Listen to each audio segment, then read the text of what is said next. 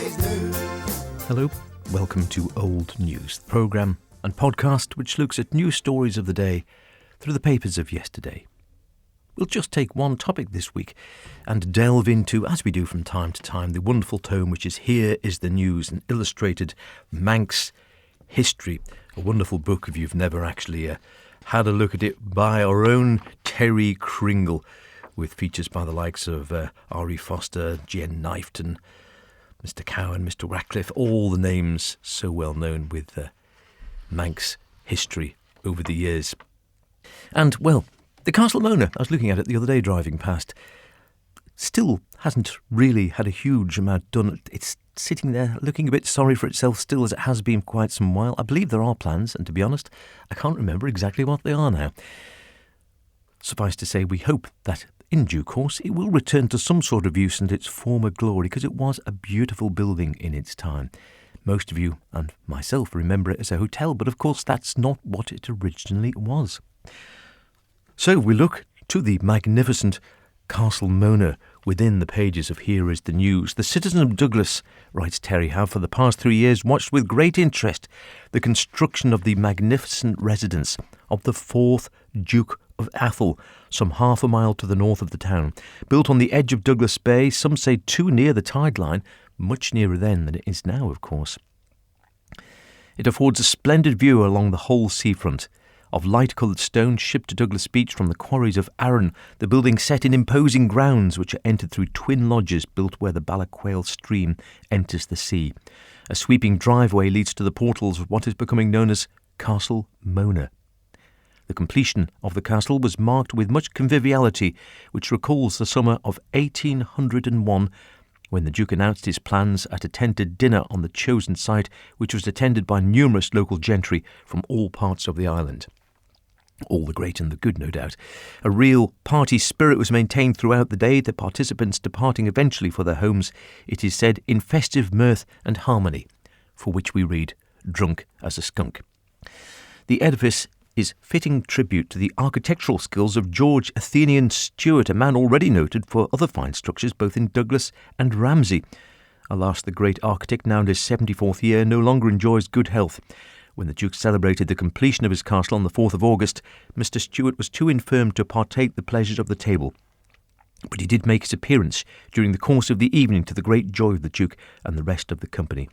Some 52 of the quality attended an elegant reception and splendid banquet in the new house.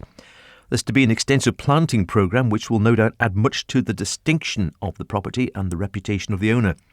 It's reported that the cost of this splendid residence far exceeds the original estimate. Well, that seems rather familiar in current times, doesn't it, exceeding the estimate? Many will recall his attempts to claim the continuation of the ancient manorial rights, which would have compelled his many tenants throughout the island to provide labour and cartage free. I bet he tried to get that. He failed in his attempts, and immediately, of course, labour costs became a considerable item. Well, he should have thought of that before he started. It is known, too, from the outset, the cost of materials, stone, wood, iron and so on, rose steadily during the building period. That sounds like very common news with contemporary times, doesn't it? Indeed, the cost of the house is now reckoned to be no less than 4 times the original estimate of, for the building of the Castle Mona, originally £8,000. 4 times that. That would be a lot of money. £32,000. Goodness me, back in that day. It's therefore not surprising to hear that His Grace has approached Mr. Pitt at Westminster in the hope of gaining some remuneration. Nor is it surprising to hear that the Duke has sold some of his Scottish acres to raise funds. I bet he did indeed. Fortunately, the difficulties attending the supply of freestone from Arran in the early years were overcome, and the arguments over the number of tons sent to the island and the payments for them were happily resolved, so the building could be completed. No such arguments attended the supply of Leith crown glass for the windows. No doubt, it goes on, Castle Mona will provide a fitting residence for the Governor of the Isle of Man. Succeeding to the Atholl title on the death of his father in 1774, the 4th Duke has battled long and hard to improve to his advantage the terms of purchase of the island by the British government. At times this struggle has seemed to prejudice the interests of the Manx people, at others to support them. However, the Duke's appointment in 1793 as Governor-General with power to superintend the administration of the island, somewhat appeased his demands and was greeted with some enthusiasm by the people. It will be recalled that they took the horses from his carriage and pulled him to his residence at Portachee. As both he and they had been injured by the revestment, they seemed to regard him as a fellow sufferer. Everyone hopes his new residence is completed and the governor will be able to spend more time on the island and not merely leave his duties to the lieutenant governor and officials. A little bit about the history of the Castle Mona, much closer to the shoreline back in the day when it was built in the early part of the 19th century.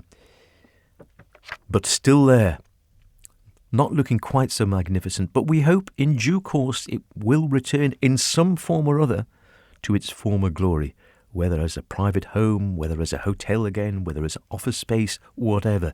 One hopes that it will return to grace the seafront on Douglas Promenade. Whichever way you look at it, of course, it's old news. Until next week, cheerio. You're gonna be yesterday's news.